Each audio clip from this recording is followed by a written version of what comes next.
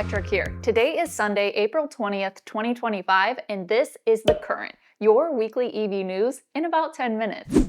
Spring is in full swing, which is great news for boating fans like me. This week, Los Angeles-based electric boat company ARC has announced a partnership with Diversified Marine Inc.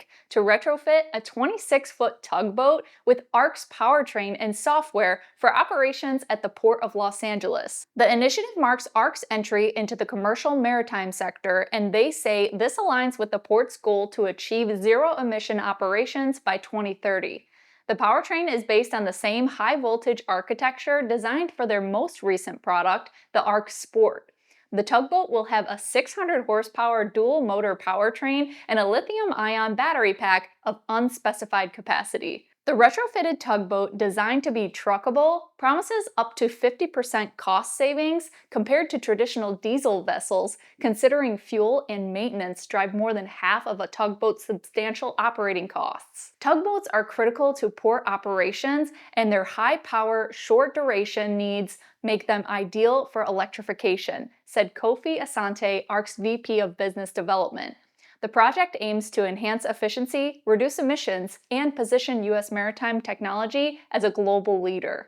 ARC plans to scale its technology to larger tugboats later this year, and this first prototype is expected to start service this summer. I love to see the advancement of electrification across many industries. Applying electric technology to heavy and intense workloads like these will likely improve the efficiency of batteries and electric drive systems in the coming years. What other forms of industry or applications would you like to see go electric? The New York International Auto Show kicked off this week with some automakers unveiling their latest EVs. There, Subaru launched their second all-electric vehicle, the 2026 Trailseeker, positioning it as a rugged, adventure-ready SUV with Outback-inspired styling. The Trailseeker is more than 6 inches longer and nearly an inch taller than the Solterra, with additional room dedicated to the rear for increased cargo space. It is expected to be built on the same updated eTNGA platform shared with its all-electric sibling and the Toyota bZ4X. The Trailseeker will include a dual-motor all-wheel drive system delivering 375 horsepower and accelerating from 0 to 60 miles per hour in 4.4 seconds, making it Subaru's quickest production vehicle ever. It features a 74.7 kilowatt-hour battery with an estimated range of over 260 miles, battery preconditioning, 150 kilowatt DC fast charging, and a native North American charging standard port for Tesla supercharger access. The vehicle will also have 8.3 inches of ground clearance, a 3,500-pound towing capacity, and X mode for off-road conditions. It will also have standard raised roof rails. The interior includes a 14-inch touchscreen, wireless Apple CarPlay and Android Auto, 2 wireless 15-watt phone chargers, and 2 USB-C ports for rear passengers. Subaru's EyeSight safety suite is also included. The Trailseeker will go on sale in the US in early 2026, and pricing details will be announced closer to the launch. But since it's bigger than the Solterra, it will likely be more costly. We will keep you updated on any developments for the Trailseeker as they become available. But speaking of the Solterra, Subaru also revealed the facelift for the 2026 Solterra at the New York Auto Show. The new Solterra has a redesigned exterior with updated headlamps, a new front bumper design, and new rear spoiler, which Subaru says enhances aerodynamic performance.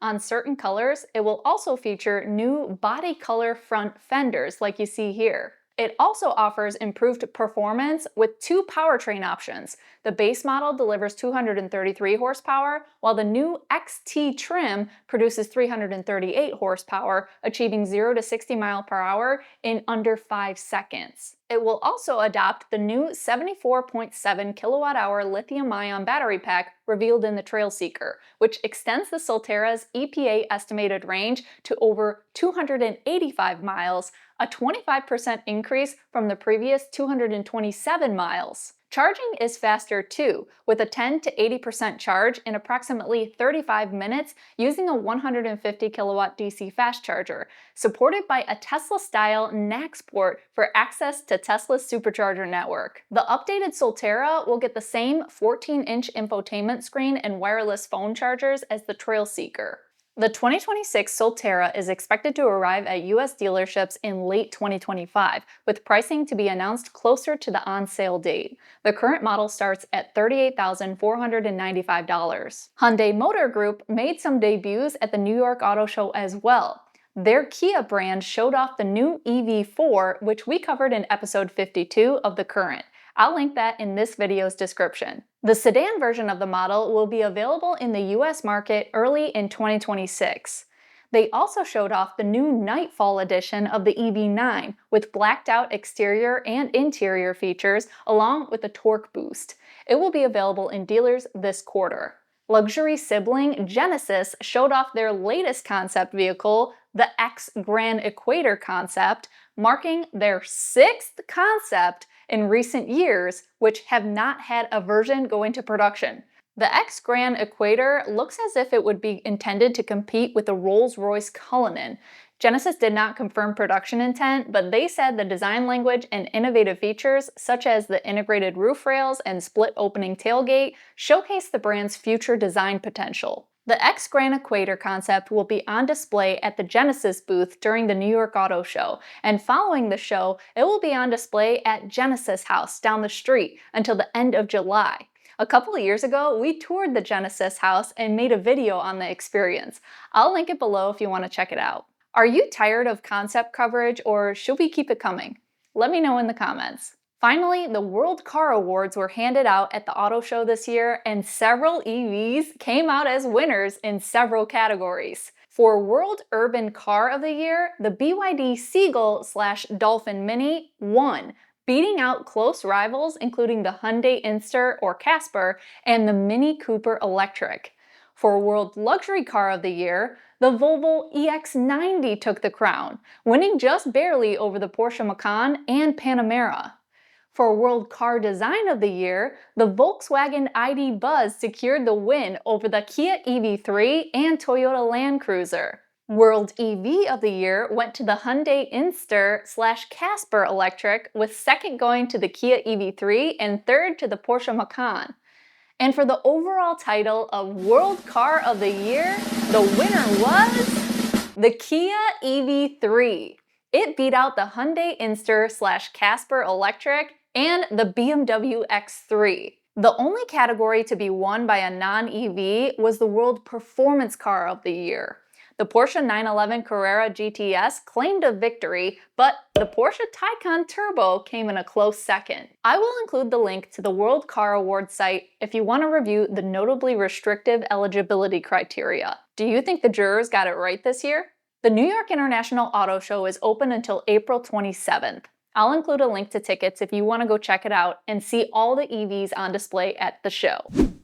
Terawatt Infrastructure, a fleet charging site host and developer, launched its first medium and heavy-duty truck charging hub in Rancho Dominguez, California. The site is located 12 miles north of the Port of Long Beach and Los Angeles and is designed to support electric trucking fleets serving initial customers like PepsiCo, Southern Counties Express, and West Coast Trucking and Warehousing.